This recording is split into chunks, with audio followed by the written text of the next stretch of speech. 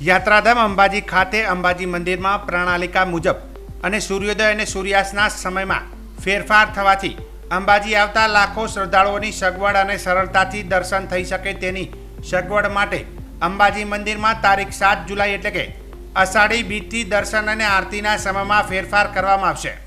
હવે પછી અંબાજી મંદિરમાં 3 વખત થતી આરતી અષાઢી બીજથી 2 વખત કરવામાં આવશે। બપોરે કરાતી આરતી બંધ કરાશે અને દર્શન આરતીના સમયમાં ફેરફાર થશે। સવારે મંદિર 10:45 બંધ થતો હતો, તેના બદલે હવે 11:30 સુધી લંબાવાયો છે। માતાજીની 7 દિવસની સવારીના દર્શન જે માત્ર 10:45 સુધી થતા હતા, જે હવે 4:30 સુધી દર્શનનો લાભ મળશે। અષાઢી બીજથી દર્શનના સમયમાં ફેરફાર કરવામાં આવ્યો છે, જેમાં આરતી સવારે 7:30 થી 8 કલાકે, દર્શન સવારે 8 કલાકથી 11:30 બપોરે આરતી બંધ કરવામાં આવી છે। બપોરે દર્શન 12:30 થી 4:30, સાંજે આરતી 7 થી 7:30, દર્શન સાંજે 7:30 થી 9 વાગ્યા સુધી મંદિર ખુલ્લું રહેશે, તેમ ભરતભાઈ પાધ્યા ભટ્ટજી મહારાજે જણાવ્યું હતું। ઋતુ પ્રમાણે માતાજીના દર્શનમાં સમયમાં પરિવર્તન આવે છે।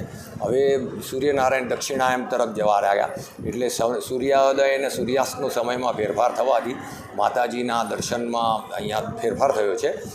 7 તારીખથી અષાઢ સુદ બીજથી માતાજીના સવારે આરતી 7:30 થશે અને 11:30 સુધી ખુલ્લું રહેશે, અને પછી 12:30 ખુલશે તો 4:30 સુધી ખુલ્લું રહેશે, અને સાંજે 7 વાગે ખુલશે અને સાંજે રાત્રે 9 વાગ્યા સુધી ખુલ્લું રહેશે।